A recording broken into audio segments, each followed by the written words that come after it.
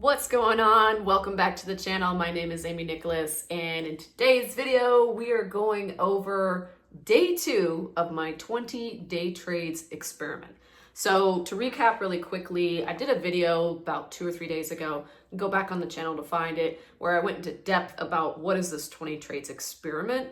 To sum it up, basically I'm executing 20 trades with specific parameters, that being a trailing stop loss fixed at 75 cents, and that I'm only buying 1 share per each trade in order to learn how to execute without overthinking and to take away the emotions and to take away the fear and, is this the right time to get in and all that sort of stuff. And I was doing some of the trades yesterday with a 3-way order, basically buy, trailing stop, and a take profit. And some of them I was just doing with a buy and a trailing stop. Today, I decided to just set up each one the same with the 3-way and make sure that I had like a take profit amount. And this is the part, it gets a little bit tricky because you sort of have to figure out in each trade, where is my best exit? But my goal today was to be more patient and to let the trade just ride a little longer. So actually, some of the trades I made myself go do something. I got up from the computer, I walked around, got a drink, I pulled out the book Market Wizards, I was reading some of that. And I actually kept track, I think most trades today, of the time in and the time out. Since I was curious, am I staying like long enough to even have a chance to make a good profit? So we're green on the day, and I did 4 trades and I went 3 for 4. Yesterday I went 4 for 5. So this is crazy because I've never had results like this, not back to back. I don't even think I've had, except maybe in the very beginning, like November, when things were just popping, it was like way easier to day trade. But I really have not seen these kind of results where it's just, more wins than losses. And I say more wins, but I really mean more of following the system, feeling good about the trade, and just kind of giving myself the chance to have a win. Before it was definitely putting my stops way too tight and it was kicking me out. And, I was thinking, is it my entry is wrong or whatever? In some cases, yes, but now having 2 days worth of data and a total of, we're up to trade number 9 now of the 20, it's more clear to me that the stop loss played a big factor in it. And also it really helps to, when you have that fixed stop loss, even though it's trailing, you kind of relax and you can just let it go. Like you're not sitting there. I wasn't trying, as like I've done in the past, of just sitting there and trying to like make the trade work. It's like, no, back away, let it ride. So never once did I cancel or move the trailing stop. I always just let the trade go until, I felt like this was the exit point. And the first trade I did, I jumped in right after the bell, kind of like I did yesterday. And I went short on Tesla today instead of long. Yesterday, Tesla was looking good. Today, it wasn't looking so good. And I made myself be patient. The reason why I shorted too was because Tesla was looking green in the pre-market. But by the time 624, 625 rolled around, which is like 9, whatever, just before the bell, I kind of used that gauge of where is Tesla at in the, 5 to 3 to 2 minutes before the bell goes off, because that's really typically the trend of where it's going to go, right after the opening bell. So it was starting to go down. It actually went from green to red on the day. Not by much either way, but it was definitely in the red. So I decided to short it for that reason. And that was kind of like my signal, like get in, just go, don't overthink. So I got in at 56.16 with TSLQ, 1 share, remember, 75-cent trailing stop loss. I think in this trade, I didn't have the times written out, but I know that I got out around, because I was in my second trade by 6:38. So I was only in this trade for a couple of minutes, I would say like 3 or 4 minutes. But I kind of watched it fluctuate at the open. It was one of those like, which way is this going to go, And I said, okay, it's going my way, and then it was definitely going my way, and I didn't have to worry about the trailing stop. I knew I wasn't going to get kicked out, and I watched it, and it actually, I think on this one, yeah, I wrote I shouldn't have moved my take profit. So I had the three-way order, so I didn't have to like overthink, and I think I had my exit at 57, so it would have been like an 84-cent profit. It actually ended up going, I think when I saw the numbers flashing, I think I saw like 57.06 or something like that at one point. This is first thing in the morning. And I moved it down to that 56.87.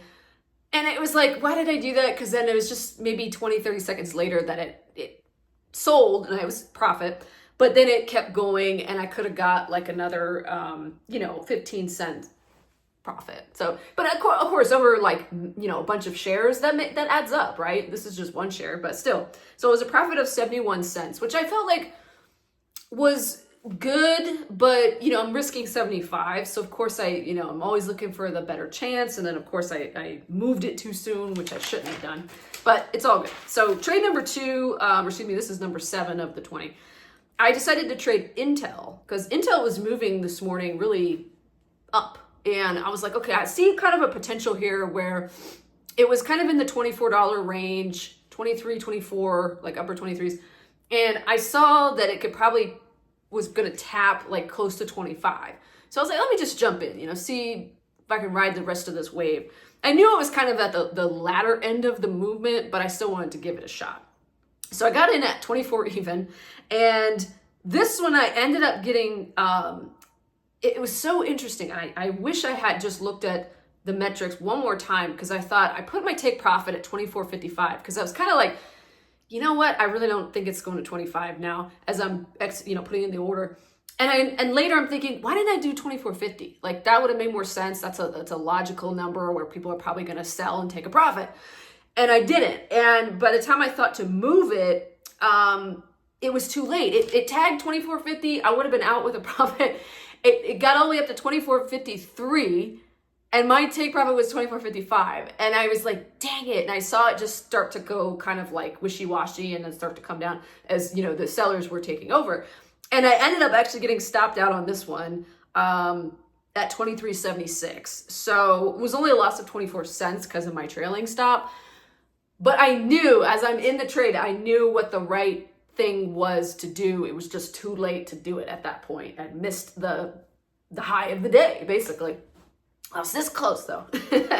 And then, that one I wrote that I was more patient, like waiting on that one. I think, okay, so I was in at 6:38 a.m. and I was out at 6:48 a.m. Pacific time. So I was actually in that one for 10 minutes, which is pretty good for me and my patience level. Okay, so then number 8, so the third trade of the day. I went in again on Tesla, shorting it.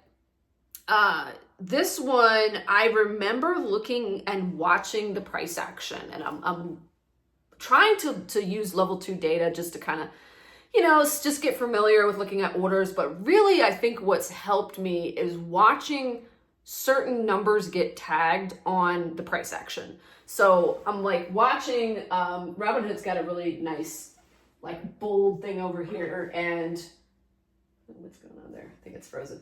And it's like right there, right at eye level. I can see it easily, and it's, usually flashing. Of course, it's red or green, depending on what it's, is it up or down? Okay, there we go. That was weird.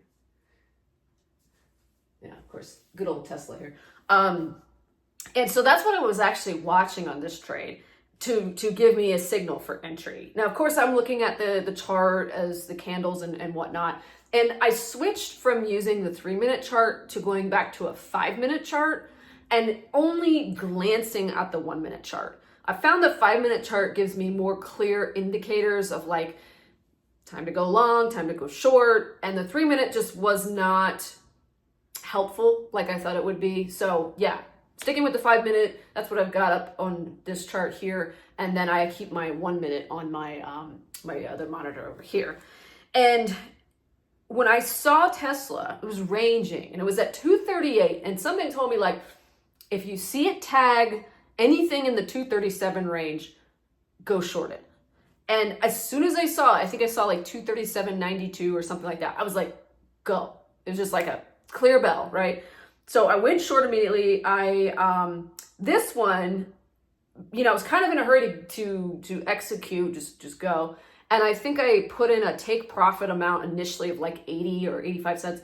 And then I actually went in and moved it up on the chart over here on my order. And I was like, let me just go for an even dollar. Let's just see if we can get this move. And I was dead on the money with that. This trade, I got in at 651. I was out at 658 for a take profit of $1 a share. One share, yes. It just felt right. And I think when you get those gut instincts, you don't want to question them. You just go. Just go, go, go. Don't question. You get a signal. That's enough. Some people are like, well, I got to have A, B, C, D, check, check, check before I'm like, okay, I'm getting in. And that's fine. You can have multiple signals. Of course, I'm looking at the candles. Like I wouldn't have just looked at the price action and then saw a green candle on the 5-minute chart and jumped in to go short. Like that wouldn't have made sense. So of course, I'm kind of like checking 1 to 2, 1 to 3 things. But when I just get that feeling of like, go, don't overthink, and this has been so invaluable to do this kind of experiment because reducing the share size to 1 makes it so I don't worry about the money at all. Because the most I can lose per trade is 75 cents. Okay. Like this isn't even coffee money, right? This is like ridiculously low amounts. So then I take away the problem of worrying about the money and I replace it with let's focus on the strategy and let's focus on the system we are trying to stick by. Rigid system. So, okay, so then, yeah, that was 3. So I was 2 for 3 that I got right there. And then the last trade I took of the day, now we're up to 9 of my total 20 trades in the experiment. I decided to go long on Nvidia. So I was all over the map today with like long and short. Whatever felt like the signal was there, the indicator was there, I was like, I'm grabbing a piece of that. Whichever way. I wasn't trying to be biased and be like, oh, everything's down today, I'm gonna just short everything. No, like I was looking for opportunities. And I think every stock has its own, every stock with a good average true range has its own potential to be good to go long or to go short with. That's what makes it a volatile and a fun trade to stop, or fun stock to trade. Okay, so on Nvidia, which I went NVDL, this is the ETF that goes along with Nvidia at $42.71. And then this one, if you guys have noticed lately, Nvidia has this tendency to pick a range and to stay there for a bit. And I said, I'm okay with that because my signal on this one was, it was chopping around in the 115 area, Nvidia. And I said, as soon as I see again, because the signal last time worked, as soon as I see a tap on 116, I'm going to go long. So sure enough, I did, went long. And when I got in at the 42.71, I happened to just see where my break even was with Nvidia. Nvidia was at 115.28. So I was like, oh, I got enough room, now for this to go back to 116 and then some, hopefully. And this one, I think I was in it a little bit longer than the other long trade. And I was like, walking around the house, doing stuff. And then I came back and I just kind of watched from afar, wasn't even sitting at my desk, kind of watched just to see, is it staying in the P&L, staying in the green, the open P&L. And it was, for the most part, it was even for a while and it was up just a little bit, then it was green, green, green. And I'm like, okay, cool. Like I'll just, let it go. And I think on this one, I moved my take profit up. Because again, I got in quickly and I just sort of put an arbitrary number in there and then, I moved it later manually. And I could have held to 43.60. I got out at 43.48 for a profit. So from 42.71 to 43.48. And I could have held to 43.60 because Nvidia was still, I don't know if you guys can see this on the screen here. See the light blue? Woo! That's the Bollinger Bands. Nvidia was like it still had room inside these bands. And I don't use them as hard, gotta sell when it hits this line or whatever. But it had room.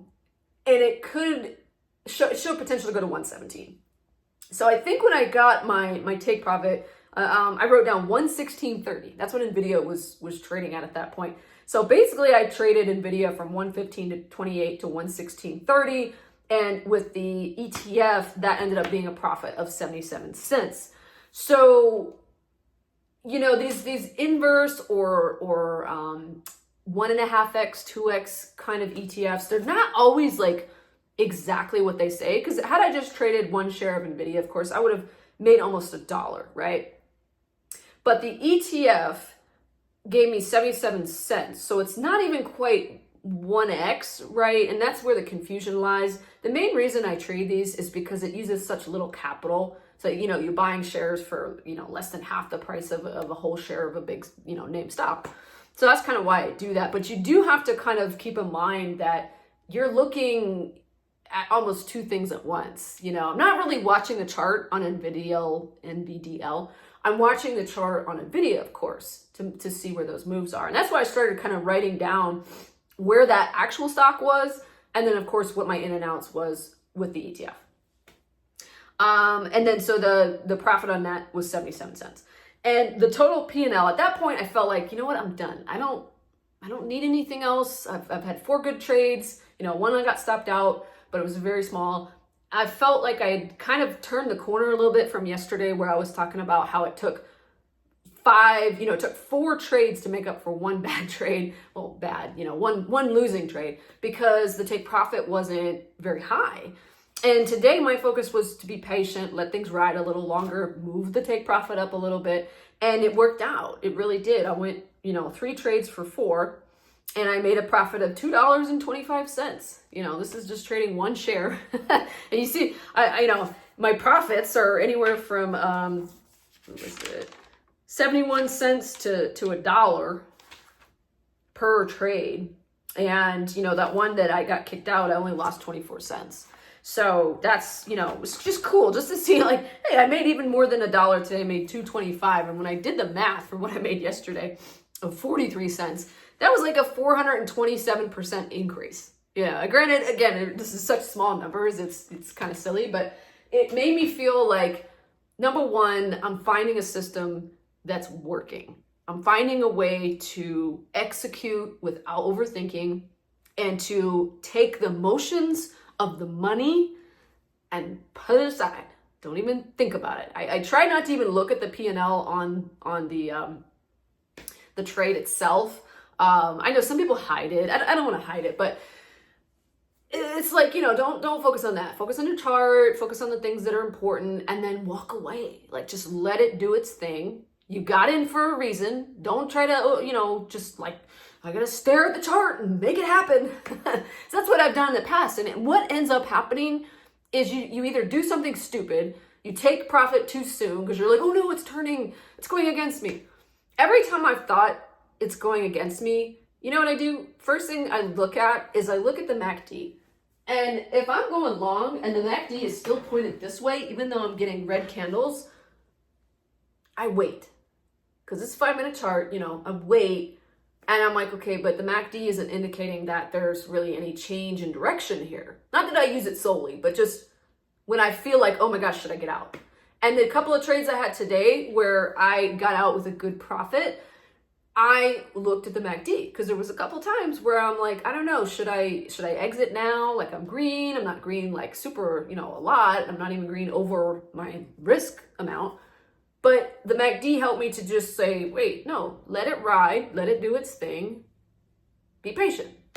So this system is just really, it's really helping me. It's really helping me a lot. Like, I encourage you, if you're kind of stuck and you're having loss after loss, or you're not profiting and you're taking all these trades and you're feeling like anxiety or anything like that, getting into them, because that's where I was like beginning of this week before I started the experiment. And already I can tell the difference, because even just starting my day this morning, I was like, no stress. I'm just buying one share. I got a fixed stop loss, fixed trailing stop. But, it was just like, cool. I don't have to worry about it. Like, I'm just here to show up, put in the time, learn, and have fun. And again, day number 2, it was fun. Like some of the days last week, the beginning of this week, you know, it's like, I'm not having a lot of fun because I'm worried about this working. And getting down to this 1 share per trade is really helpful because it just takes away all the stress, right? It's like, okay, whatever. If I lose at 75 cents, you know, upside, who knows? We're trying to go for a bigger upside because it's a good practice, just, you know, being in the trade longer and get for that higher take profit if you can, if it makes sense to.